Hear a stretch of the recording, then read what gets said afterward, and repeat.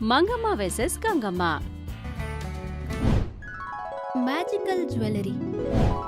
ஒரு நாள் கங்கம்மா அவங்க ஃப்ரெண்ட மீட் பண்றதுக்காக போறாங்க. அங்க அவங்க ரேணுகாவை பாக்குறாங்க. பார்த்ததுமே அடியே எல்லம்மா எப்படி இருக்க என்ன சத்தமா சொல்றாங்க. அத கேட்ட எல்லாருமே ரேணுகாவை பார்த்து சிரிக்கிறாங்க. அதுக்கு ரேணுகாவுக்கு ரொம்ப கோவம் வருது. ரேணுகா கங்கம்மா கிட்ட கோவமா, அடியே கங்கா, உனக்கு எத்தனை தடவை சொல்றது இந்த மாதிரி எல்லாம் கூப்பிடாதுன்னு, நீ மாற மாட்டியா? அட இப்ப என்னாச்சு? உன் பேரை வச்சுதானே நான் கூப்பிட்டது, அது தப்பா? இருந்தாலும் இப்ப என்னாச்சுன்னு அவ்ளோ கோவப்படுற? என்ன ஆச்சா? அப்படி கூப்பிட்டு எல்லாரும் முன்னாடி என் மானத்தை வாங்குற, உனக்கு அது புரியுதா? ஏய் காமெடி பண்ணாதடி, நம்மளுக்குள்ள மான மரியாதை எங்க இருக்கு? அத கேட்ட ரேணுகா கிண்டலா, உனக்கு வேணும்னா மானம் இல்லாம இருக்கலாம், ஆனா எனக்கு இருக்கு. இங்க இருக்கிறவங்க எல்லாரும் என்னை எவ்வளவு மதிப்பாங்கன்னு தெரியுமா?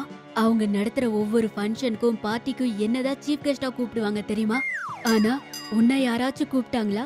சீஃப் கெஸ்டா விடு, நார்மல் கெஸ்டா ஆச்சு யாராச்சும் உன்னை கூப்பிட்டாங்களா?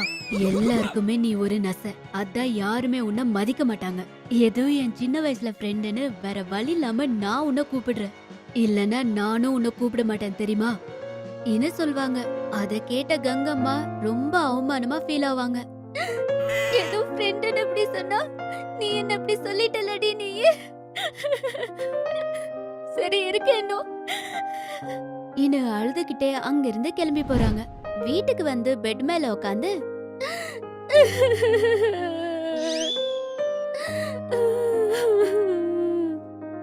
இன்னும் அழுகிறதுனால அத பார்த்த மங்கம்மா உடனே, என்னாச்சுடி, ஏன் அப்படி அழுதுட்டு இருக்க?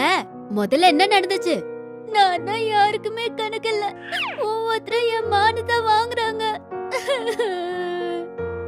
இன்னும் அழுதுட்டே இருந்தாங்க. அத கேட்ட மங்கம்மா, அடியே முதல்ல அழுகிறத நிறுத்தி நடந்தது என்னவோ சொல்லு.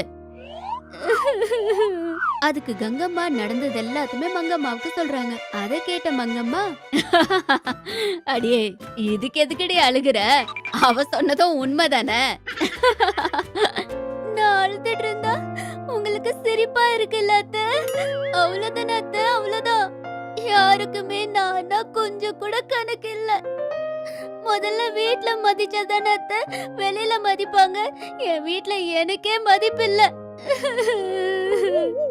இனு அழுதுகிட்டே சொல்றாங்க. அத கேட்ட மங்கம்மா, அட அதனால உங்ககிட்ட ஏதாச்சும் மேஜிக் பொருள் இருந்தா தாங்கத்த. அந்த பொருளை யூஸ் பண்ணதுமே மக்கள் எல்லாம் எனக்கு மரியாதை கொடுக்க ஆரம்பிக்கணும். என்னதுடி அப்படி திரும்பி இப்படி திரும்பி ஆப்பு எனக்கே வைக்கிறியா? அதுல ஜனங்க உன்னை மதிக்கிறதுக்கு நான் மேஜிக் பொருள் கொடுக்கறது என்னது? ப்ளீஸ் அத்தை, இன்னைக்கு ஒரு நாளைக்கு இந்த மாதிரி ஒரு பொருள் இருந்தா பாருங்க அத்தை. நாள்ல இருந்து நானே நல்ல வேலை செஞ்சு எல்லார்கிட்டயும் மரியாதை சம்பாதிக்கிறேன். அதுக்கு மங்கம்மா சுத்தமா ஒத்துக்க மாட்டாங்க. பதிலுக்கு காலும் கைய புடிச்சு கங்கம்மா ஒத்துக்க வைக்கிறாங்க. அவங்க ட்ரங்க் பெட்டில இருக்க மேஜிக் ஜுவல்லரிய எடுத்து கொடுக்கறாங்க.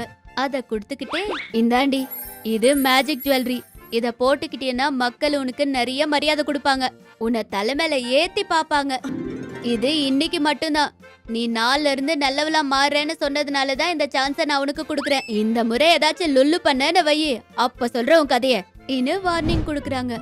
கங்கம்மா உடனே அந்த மேஜிக் ஜுவல்லரிய போட்டுக்கிட்டு ஊருக்குள்ள போறாங்க. ஊருக்குள்ள மக்கள் எல்லாம் கங்கம்மாவை பார்த்து குனிஞ்சு குனிஞ்சு வணக்க போடுவாங்க.